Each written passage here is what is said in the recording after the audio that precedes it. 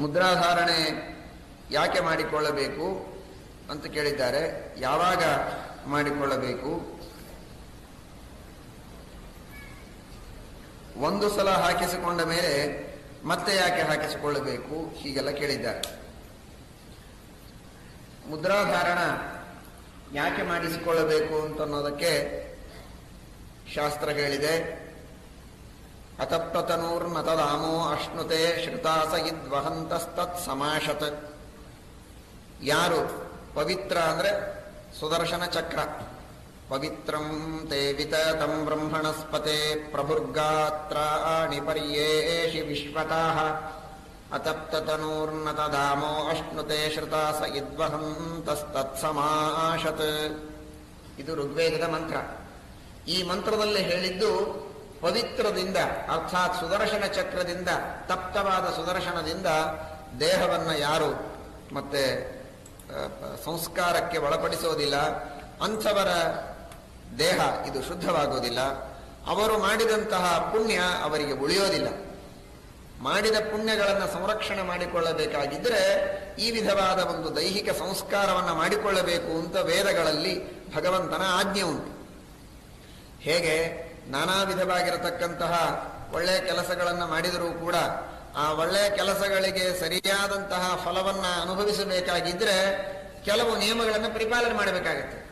ಎಷ್ಟೇ ಒಳ್ಳೆಯ ಕೆಲಸ ಮಾಡಿದರೂ ಕೂಡ ಸರ್ಕಾರದ ನಿಯಮವನ್ನು ಚೆನ್ನಾಗಿ ಪರಿಪಾಲನೆ ಮಾಡದೇ ಇದ್ರೆ ಅವನು ಒಳ್ಳೆಯ ಕೆಲಸ ಮಾಡಿದರೂ ಅವನಿಗೆ ಫಲ ಕೊಡ್ಲಿಕ್ಕಾಗುವುದಿಲ್ಲ. ಬೇಕಾದಷ್ಟು ಓದಿರಬಹುದು, ಬೇಕಾದಷ್ಟು ಬರೆದಿರಬಹುದು, ಬೇಕಾದಷ್ಟು ಬುದ್ಧಿವಂತನಿರಬಹುದು. ಇಂತಹ ದಿವಸ ಈ ಸಮಯಕ್ಕೆ ಪರೀಕ್ಷೆಯ ಹಾಲಿನೊಳಗೆ ಬಂದು ನೀನು ಪರೀಕ್ಷೆಯನ್ನು ಬರೆಯಬೇಕು. ಬರೆದರೆ ನಿನಗೆ ನಾವು ಸರ್ಟಿಫಿಕೇಟ್ ಕೊಡ್ತೇವೆ ಅಂತ ಒಂದು ನಿಯಮ ಇರುತ್ತೆ ಶಾಲಾ ಕಾಲೇಜುಗಳಲ್ಲಿ. ಆ ನಿಯಮಕ್ಕೆ ಒಳಪಡದೆ ನೀನು ಬೇಕಾದಷ್ಟು ಓದಿರಬಹುದು, ಬೇಕಾದಷ್ಟು ಬರೆದಿರಬಹುದು, ಸರ್ಟಿಫಿಕೇಟ್ ಸಿಗೋದಿಲ್ಲ. ಅದರಂತೆ ಭಗವಂತನ ಆಜ್ಞೆ ಉಂಟು. ನಾವು ಧರ್ಮವನ್ನ ಮಾಡ್ತಾ ಇರುವಾಗ ಕೆಲವು ನಿಯಮಗಳನ್ನ ಪರಿಪಾಲನೆ ಮಾಡಬೇಕು ಅಂತ. ಇದು ವೇದ. ಇದು ಭಗವಂತನ ಆಜ್ಞಾರೂಪ.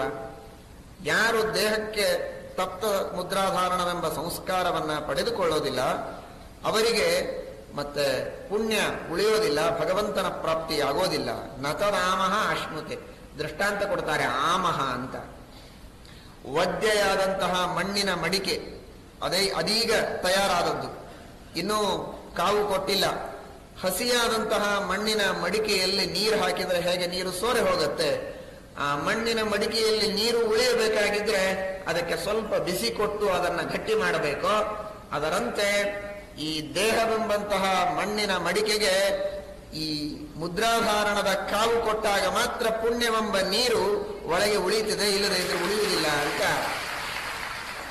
ನಮ್ಮ ಕಲ್ಪನೆಯಲ್ಲ, ವೇದದ ಆದೇಶ ಇದು. ನತದಾಮೋ ಅಶ್ನುತೆ ಶ್ರುತಾಸ ಇದ್ವಹಂತಸ್ತತ್ ಸಮಾಶತ್.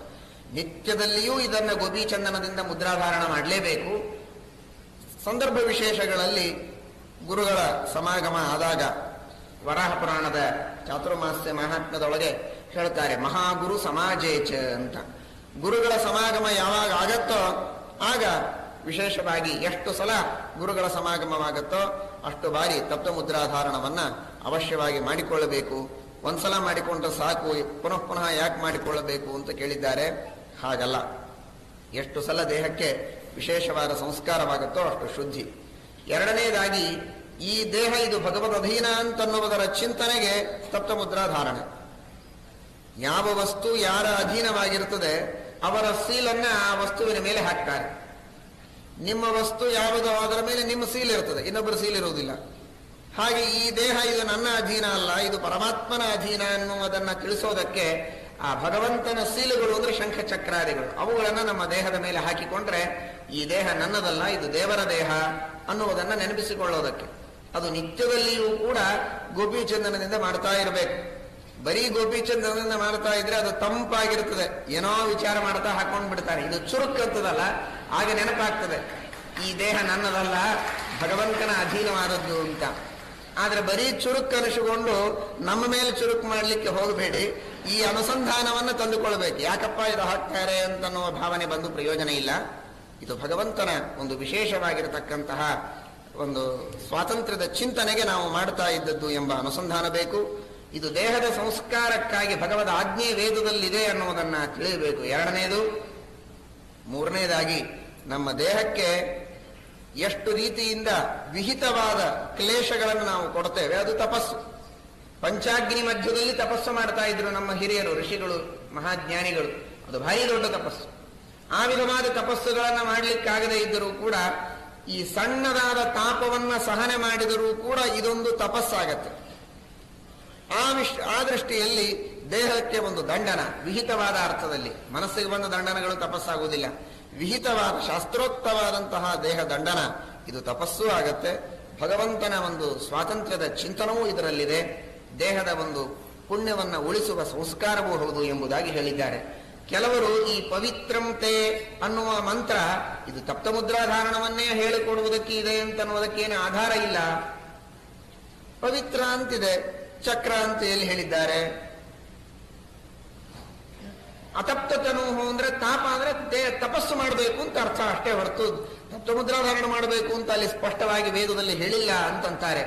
ಆದರೆ ವಸಿಷ್ಠ ಸ್ಮೃತಿ, ಸಾಕ್ಷಾತ್ ವಸಿಷ್ಠ ಋಷಿಗಳು ರಚನೆ ಮಾಡಿದ ವಸಿಷ್ಠ ಸ್ಮೃತಿ, ಸ್ವಯಂ ಸಾಕ್ಷಾತ್ ವೇದವ್ಯಾಸದೇವರೇ ರಚನೆ ಮಾಡಿರತಕ್ಕಂತಹ ಪದ್ಮಪುರಾಣದೊಳಗೆ ಇದೇ ಮಂತ್ರವನ್ನ ಉದಾಹರಣೆ ಮಾಡಿ ವೇದವ್ಯಾಸದೇವರು ಹೇಳ್ತಾರೆ ತಪ್ತಮುದ್ರಾಧಾರಣ ಮಾಡಿಕೊಳ್ಳಬೇಕು ಅಂತ. ಇನ್ನು ವೇದ ಮಂತ್ರಗಳಿಗೆ ಸಾಕ್ಷಾತ್ ವೇದವ್ಯಾಸದೇವರೇ ಮಾಡಿದ ವ್ಯಾಖ್ಯಾನಕ್ಕಿಂತಲೂ ಸರ್ವಜ್ಞನಾದ ಭಗವಂತನೇ ತನ್ನ ವಾಣಿಗೆ ಅರ್ಥವನ್ನ ಹೇಳುವುದಕ್ಕಿಂತಲೂ ಹೆಚ್ಚಿಗೆ ಇನ್ಯಾರು ಸಮರ್ಥರಿದ್ದಾರೆ ವೇದಗಳಿಗೆ ಅರ್ಥ ಹೇಳುವುದಕ್ಕೆ? ಈ ವೇದಗಳಿಗೆ ಹಾಗೆ ಅರ್ಥವೇ ಅಲ್ಲ ಅಂತ ಹೇಳುವುದು ಇದು ಸರಿಯಾದದ್ದಲ್ಲ. ಅದು ಪುರಾಣಗಳಿಗೆ ಸಮ್ಮತವಾದದ್ದು, ಋಷಿ ಸಂಪ್ರದಾಯಕ್ಕೆ ಸಮ್ಮತವಾದದ್ದು ಎಂಬುದಾಗಿ ನಾವು ಸ್ಪಷ್ಟವಾಗಿ ತಿಳಿಯಬೇಕಾದದ್ದುಂಟು. ಅನೇಕ ಜನರಿಗೆ ಇದು ಗೊತ್ತಿರೋದಿಲ್ಲ, ಅದಕ್ಕೋಸ್ಕರವಾಗಿ ಹೇಳಿದೆ.